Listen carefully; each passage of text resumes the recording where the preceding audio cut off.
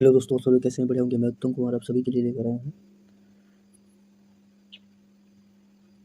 मध्यकालीन इतिहास, मुगल काल, जिसका टाइम पीरियड 1526 से 1700, उसके बारे में आज हम लोग डिस्कस करेंगे। चलिए वीडियो को शुरू करते हैं। यदि आप लोग चैनल पर पहली बार आए तो चैनल को लाइक करें, सब्सक्राइब करें तथा दोस्तों तक शेयर करें।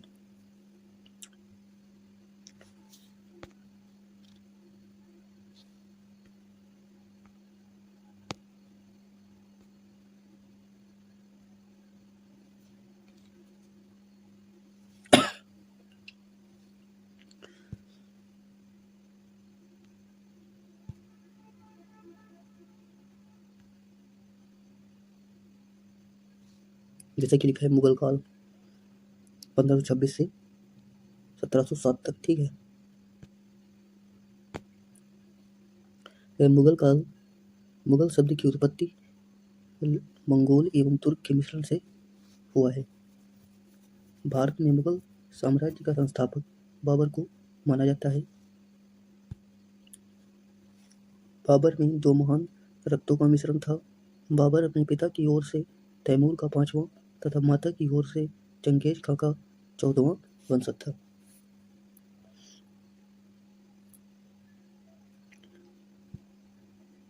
बाबर का जन्म 14 फरवरी 1483 को फरगनास में हुआ था, जो अब उज्बेकिस्तान में है। कहाँ पर है? तो उज्बेकिस्तान में है। ठीक है,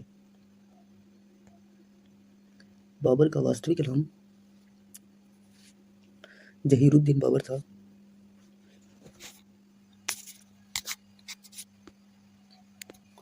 बाबर का वास्तविक नाम जहीरुद्दीन बाबर था। तुर्की भाषा में बाबर का अर्थ बाघ होता है। बाबर के दादा का नाम सुल्तान अबू शेख, जबकि दादी एहसान दौलत बेग थी। माता कुतुलुक निसार खां थी, जबकि पिता उमर शेख मिर्जा, जो कि चगताई तुर्क फरगना का शासक था। ठीक है, बाबर अपने पिता की मृत्यु के बाद 11 वर्ष की अल्पायु में 1494 ईस्वी में फरगना की गद्दी पर बैठा। बाबर ने अपनी फरगना के शासनकाल में 1501 ईस्वी में समरकंद पर अधिकार किया, जो मात्र 8 महीने तक उसके कब्जे में रहा। 1504 ईस्वी में काबुल विजय के उपरांत बाबर का काबुल और गजनी पर अधिकार हो गया। 1507 ईस्वी में बाबर ने बादशाह की उपाधि धारण की। बादशाह की उपाधि धारण करने से पूर्व बाबर मिर्जा की पैतृक उपाधि धारण करता था। तो किसकी पहले उपाधि धारण करता था? तो पैतृक की उपाधि धारण करता था, तथा 1507 में बाबर ने बादशाह की उपाधि धारण की। ठीक है, नेक्स्ट लिखा है बाबर का भारत पर आक्रमण। तो बाबर ने भारत पर 5 बार आक्रमण किया। बाबर ने 1519 ईस्वी में यूसुफ जाई जाति के विरुद्ध अभियान कर बाजौर और भेरा को अपने अधिकार में किया। कब किया था? तो 1519 ईस्वी में किया था। ठीक है, बाबर का कहना है कि उसने इस किले को जीतने के लिए बारूद एवं तोप का प्रयोग किया। भारत को बारूद की जानकारी थी, लेकिन उत्तर भारत में इसका आम उपयोग बाबर के आगमन के समय ही शुरू हुआ। उससे पहले यह उपयोग नहीं था। ठीक है, उपयोग नहीं किया गया था। 1520 से 21 ईस्वी में बाबर पुनः सिंधु नदी को पार कर सियालकोट एवं सैयदपुर को भी अपने अधिकार में कर लिया। 1524 ईस्वी में बाबर ने पेशावर अभियान के समय पंजाब के गवर्नर दौलत खां, उसके पुत्र दिलावर खां को बाबर के पास भारत पर आक्रमण करने के लिए संदेश भिजवाया। संभवतः इसी समय राणा सांगा ने भी बाबर को भारत पर आक्रमण करने के लिए निमंत्रण भेजा था। आलम खां लोधी, जो कि चाचा था किसका? इब्राहिम का। ठीक है,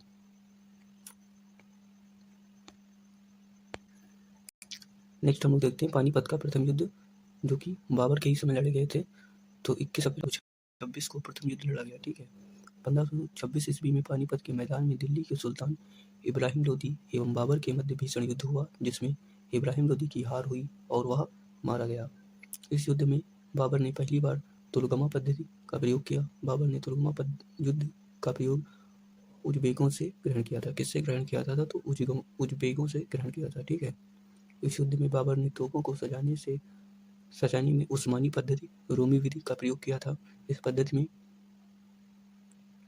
2 गाड़ियों के बीच व्यवस्थित जगह छोड़कर तोप को रखने रख कर चलाया जाता था। क्या किया जा सकता था, तो एक मतलब 2 गाड़ियाँ ली जाती थी, उनके भी व्यवस्थित जगह को छोड़कर उसके बीच तोप को रखते थे और उसके बाद में उसको चलाते थे। लिखा है पानीपत के युद्ध में बाबर ने तोपखाने का नेतृत्व उस्ताद अली और मुस्तफा खां का नामक 2 योग्य अधिकारियों ने किया था। बाबर विजय के उपलक्ष्य में बाबर ने प्रत्येक काबुलवासी को एक-एक चांदी का सिक्का उपहार स्वरूप प्रदान किया। इसी वजह से बाबर को कलंदर की उपाधि दी गई।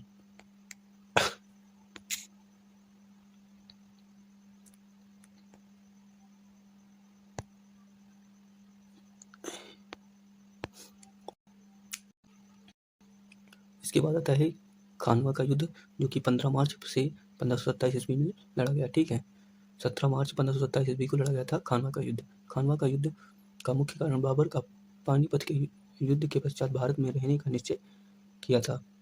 यह युद्ध चित्तौड़ के राजा राणा सांगा और बाबर के मध्य लड़ा गया। इस युद्ध में राणा सांगा की हार हुई। इसी युद्ध के दरमियान जिहाद धर्म युद्ध का नारा दिया तथा शराब के प्रयोग पर पूर्ण प्रतिबंध लगा दिया। किसने लगाया था, तो बाबर ने लगा दिया था। ठीक है, खानवा के युद्ध में अपने सैनिकों का मनोबल बढ़ाने के लिए बाबर ने मुसलमानों से वसूल किए जाने वाले तमगा कर को समाप्त कर दिया। खानवा के युद्ध को जीतने के बाद बाबर ने गाजी अर्थात काफिरों के हत्यारा गैर मुसलमान का उपाधि धारण की। ठीक है, नेक्स्ट हम लोग देखते हैं चंदेरी का युद्ध।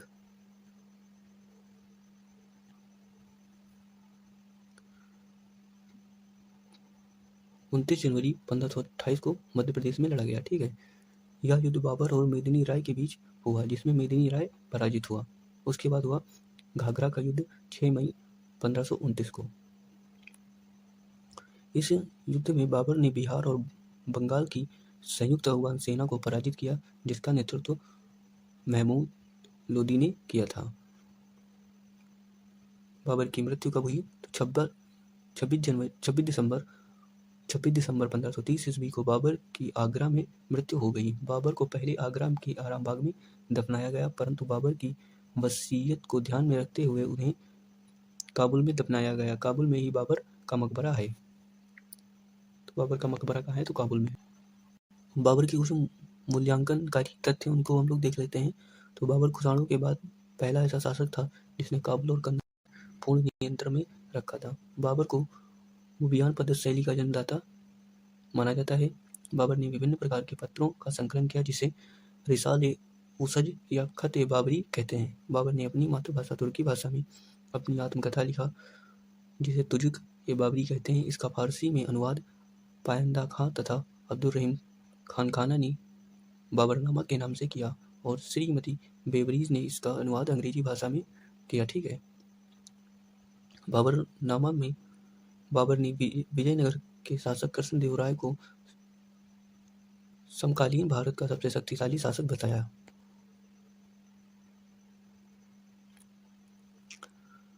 बाबर बागों को लगाने का बड़ा शौकीन था। उसने आगरा में ज्यामितीय विधि से एक बाग लगवाया, जिसे नूर ए अफगान कहा जाता था, परंतु अब इसे आराम बाग कहा जाता है। बाबर के प्रधान सेनापति मीर बाकी ने अयोध्या में बाबरी मस्जिद का निर्माण करवाया था। बाबर के दरबार में 2 महान निशानेबाज थे। नंबर 1 उस्ताद अली, जो बंदूकची थे यानी बंदूक चलाते थे। नंबर 2 मुश्ताक खां, जो कि तोपची थे, जो तोप की देखरेख करते थे और तोप को चलाते थे। ठीक है, बाबर बंदूक चलाने की कला ईरान से सीखा। बाबर ने जो बंदूक की कला थी कहाँ से सीखी, ईरान से सीखी थी, जबकि तुगलमा पद्धति की शैबानी खां उज़्बेक खां से सीखा था। इसके बाद हम लोग हुमायूं के बारे में नेक्स्ट क्लास में डिस्कस करेंगे, जिसमें हुमायूं का शासन पीरियड रहा था 1530 से 1540 तक। इसके बाद सूरवंश आया और उसके बाद फिर से हुमायूं ने अपनी राजगद्दी स्थापित की कब, 1555 से 1556 तक। तो इसको हम लोग नेक्स्ट क्लास में देखेंगे। आप लोग कमेंट बॉक्स में बताएं वीडियो आप लोगों को कैसी लगी। चैनल पर पहली बार आए तो चैनल को लाइक करें, सब्सक्राइब करें और दोस्तों तक शेयर करें। ठीक है।